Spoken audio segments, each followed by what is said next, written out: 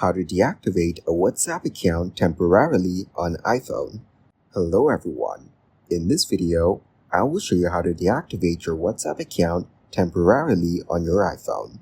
First, open the WhatsApp application on your iPhone. We will be deactivating it temporarily by adjusting some settings and removing the app. Then, go to your iPhone settings by tapping the gear icon on your home screen.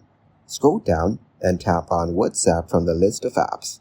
In the WhatsApp settings, tap on Notifications.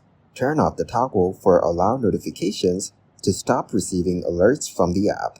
Next, go back to and turn off access to contacts, camera, and microphone for WhatsApp.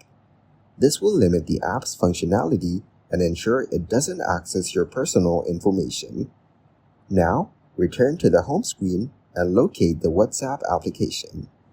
Next, press and hold the app icon until it starts to wiggle. Now, tap on the Remove App option that appears. After that, select Remove from Home Screen. This will hide the app from your home screen, effectively deactivating it temporarily. Thank you guys for watching this video. Hope you got some value.